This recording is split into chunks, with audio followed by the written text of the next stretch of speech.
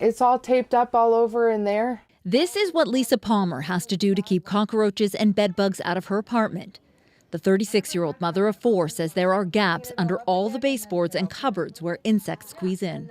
There's bugs that get in through here. She's been forced to get creative to try to keep them out. Sometimes I take Play-Doh or cotton and stuff it in the creases, because I don't know what to do anymore. Just from closing it over the years and everything like that, it started to wither away. On top of that, she's been waiting years for Manitoba Housing to replace the door to her daughter's bedroom. There are no covers on her electrical outlets, which Palmer fears is a fire hazard, and there is mold in her bathroom. But I just give up asking because nothing's getting done. Nothing's getting fixed. It's broken into almost every day. Things are no different up the street at 444 Kennedy. Ted Chartrand says mail is stolen almost daily, forcing tenants to have theirs sent to a post office instead. There's graffiti on just about every wall.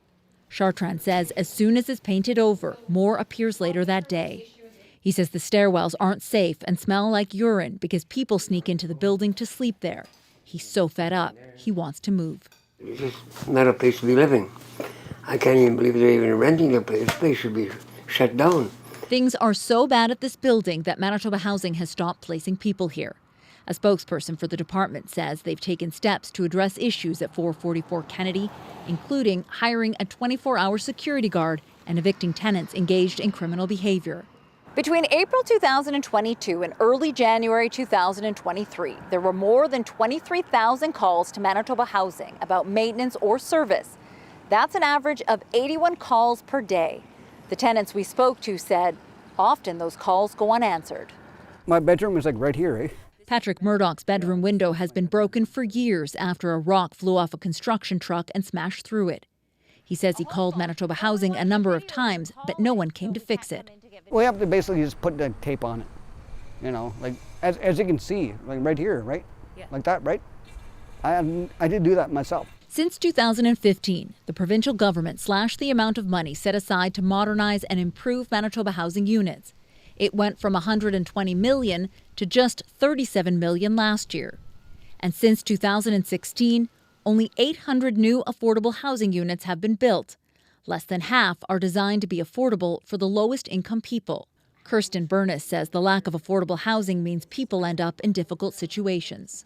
People need housing immediately, so we are often looking then to the private sector to find immediate housing, and it's super challenging because a lot of the folks who are on low income rely on our provincial employment and income assistance as their main source of income, and the benefit levels they receive to pay for rent are not high enough to afford rent in the private market. There are currently more than 5,000 people on a wait list to get into Manitoba Housing and 2,000 vacant suites, 75% of which need repairs or renovations before being rented out.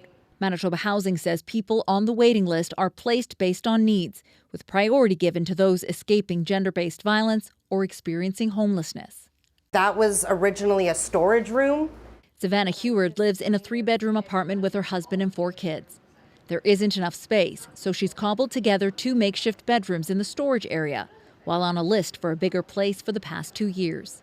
They just keep telling me that I'm approved and they're just waiting for a property manager to call me. My room / supposed to be living room. Lisa Palmer knows what it's like to make do. She and her 2 youngest children sleep in the living room because she gave the 2 bedrooms to her teenage daughters. There's an empty 3-bedroom suite on her floor, but it's been boarded up for years because Manitoba Housing hasn't sent anyone to fix it. I rely on Manitoba Housing. I mean, this is all I got at the end of the day, and I couldn't afford a place on my own. After paying for daycare, paying for school fees, paying for food, groceries, I don't even know how some people are making it, to be honest, I really don't. While she's grateful to have a place to live, she's hoping one day Manitoba Housing will be able to meet the needs of her growing family, because without them, she'd have nowhere else to go. Caroline Bargood, CBC News, Winnipeg.